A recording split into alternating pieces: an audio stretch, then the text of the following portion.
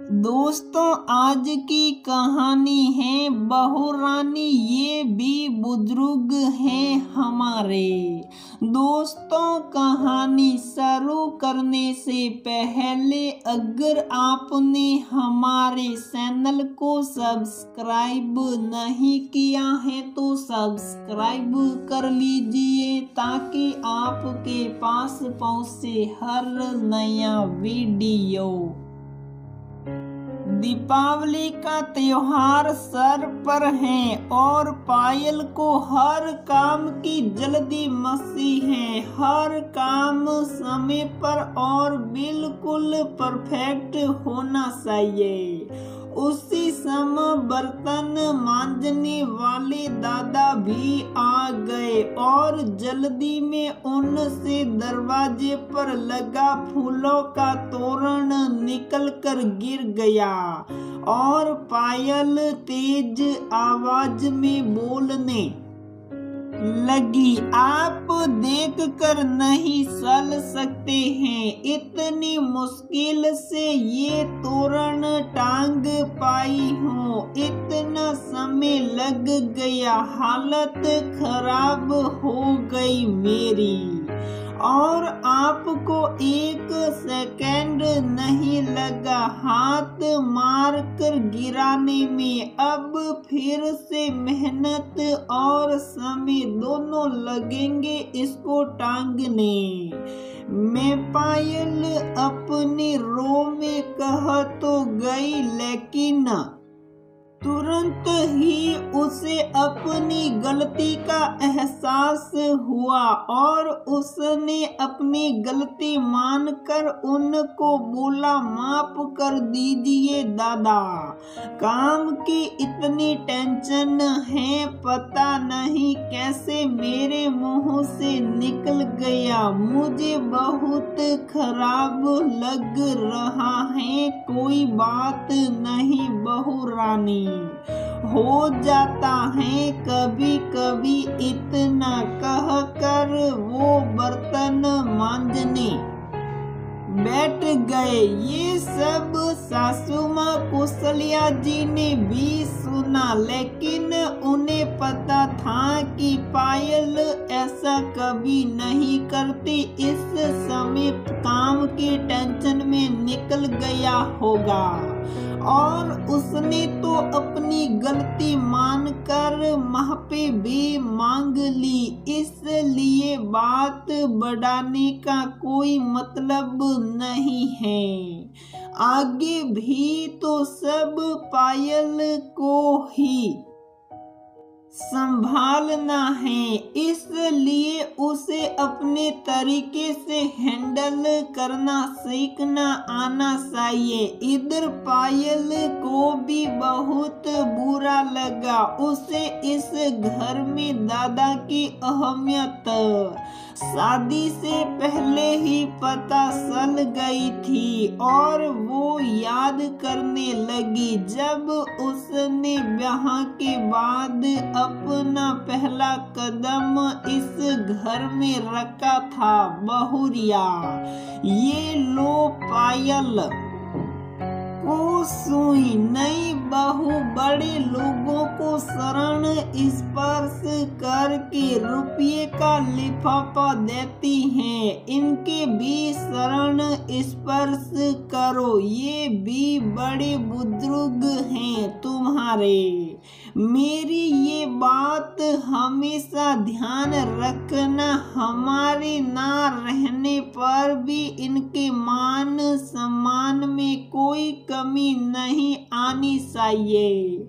सासू माँ कौशल्या देवी जी बोली। पायल ने नजरें उठाकर देखा तो सामने बर्तन मांजने वाले दादा खड़े थे। सासू माँ उनके लिए ये सब बातें उसे बता रही थी। उसने भी झट से सासू माँ के कहे अनुसार उनके पैर छूकर लिफाफा पकड़ा दिया। उन्होंने भी उसे मुंह दिखाई में 51 रुपये दिए।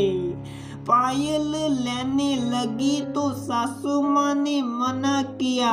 अरे नाथा बस, अपना आशीर्वाद दो नई बहू को, उसके कदम शुभ हो इस घर के लिए और सब अच्छा अच्छा हो।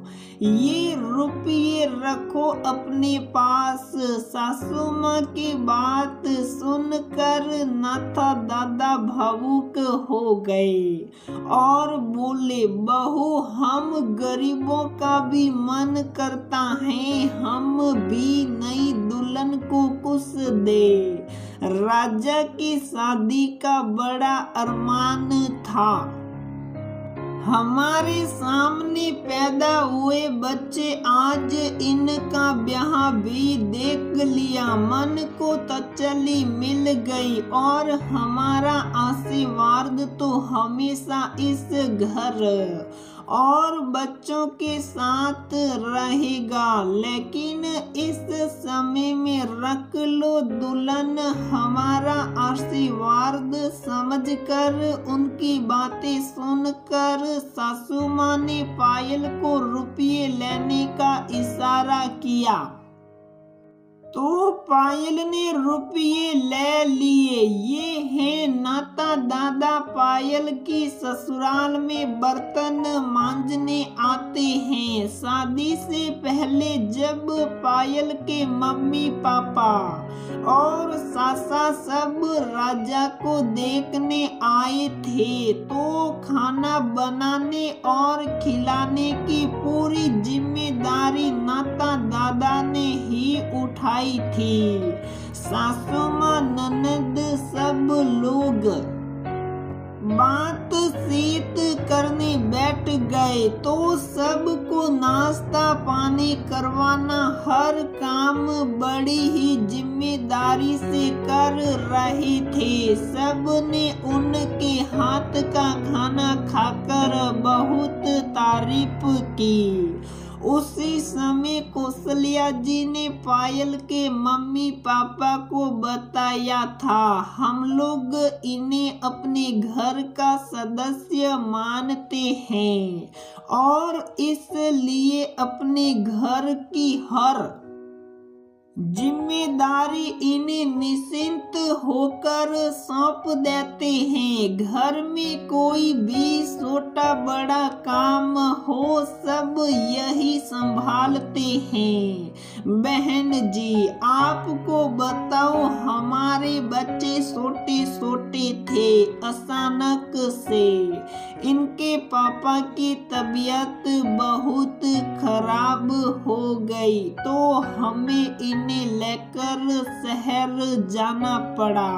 तब ये नाथा दादा ही थे जो हमसे बोले थे, बहू आप पहले भैया की तबीयत देखो और शहर जाकर इलाज करवाओ या हम सब देख लेंगे। इनकी बातों से हमें इतना सहारा और भरोसा मिला कि हम निश्चिंत होकर चले गए। तब हमारा घर और हमारे बच्चे इन्होंने ही संभाले थे। तब से तो हम लोग इनके एहसान मंद हो गए। हमारे बच्चे भी इन्हें घर के बुजुर्गों की तरह ही सम्मान देते हैं। इसलिए आप पायल से भी बता दीजिएगा जाकर, हम अपने यहाँ काम करने वालों को भी घर के सदस्य की तरह ही समझते हैं। वो अब इस घर की बहू बनने वाली हैं, वो भी इस बात को समझे। पायल जब शादी होकर आई तो उसने देखा घर में कोई भी काम हो सासू माँ सब उन्हें सौंप कर निश्चिंत हो जाती। उन्हें भी पूजा पाठ, घर गृहस्थी, आचार विचार सब बारे में पूरी जानकारी रहती। जहाँ वो भूलती वो बताने के लिए तैयार बैठे रहते हैं। घर के अंदर उनके अलावा किसी और को आने की इजाजत नहीं थी। उनकी ईमानदारी और कर्तव्य निष्ठा पर सब आंख मूंद कर भरोसा करते। उनकी मेहनत का मेहनताना भी उन्हें बिना मांगे ही मिलता। वो खुश रहते तो अपने आशीर्वाद से सबकी झोली भरे रहते। पायल भी उनके मान सम्मान में कोई कमी नहीं रखती। उसे कोई भी शिकायत होती तो वो सासू माँ से कह देती और वो अपने तरीके से निपट लेती। पायल के बच्चे हुए। सासू माँ तो पायल के साथ ताल चली जाती, लेकिन यहाँ घर बार सब वही संभालते। छोटे बड़े सब उन्हें प्यार और सम्मान देते। सासू माँ के नहीं रहने पर पायल को जहाँ कुछ समझ आता वो उन्हीं से पूछती। पीरियड में खाना वही बनाते और सब टेबल पर लगाकर सबको बता देती। हमारे घर में आज भी उनकी अहमियत हमारे घर के बुजुर्गों के समकक्ष ही है। आज वो वयोवृद्ध हो चुके हैं। अब काम सही से नहीं होता। उनसे हम सब उनसे मना करते हैं। अब आपका शरीर थक गया है, अब घर पर आराम किया करिए।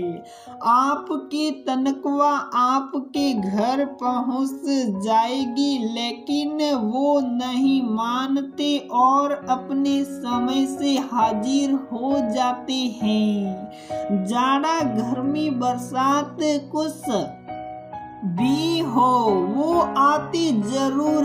बहुत मजबूरी में कभी छुट्टी करते हैं, वो भी अपना समझकर। हम सबको भला बुरा समझाते रहते हैं। दोस्तों, पुराने समय में हमारे घर में काम करने वालों की अहमियत हमारे बुजुर्गों के समकक्ष ही होती थी। आप लोगों को लगेगा कि अरे ऐसा कहाँ होता है, ये तो सिर्फ किस्से कहानियाँ में ही होता है, लेकिन ये हमारे घर के रियल लाइफ कैरेक्टर हैं। और हम लोग आज भी तीज त्योहार शादी ब्याह के मौके पर उनके पैर छूते हैं और वो खुशी से गद गद होकर आरसी वर्षनों की बुसार कर देते हैं। अब वो इस इंतजार में हैं, वो हमारी इस नई पीढ़ी में अपने पोते यानी मेरे बेटे की शादी देखकर विदा ले ये लोग बेसब्री से खुशियों का इंतजार करते हैं और खूब दुआएं देते हैं। इसलिए कभी भी इन लोगों का दिल ना दुखाए, क्योंकि दुआ और बदुआ दोनों अपना असर जरूर दिखाती हैं। इस दीपावली अपने घर के काम करने वालों को भी अपने जैसा इंसान समझ कर ही व्यवहार करे और उन्हें मान सम्मान और प्यार दे। देखिएगा वो आपके ऊपर दुआओं की बौछार कर देंगे।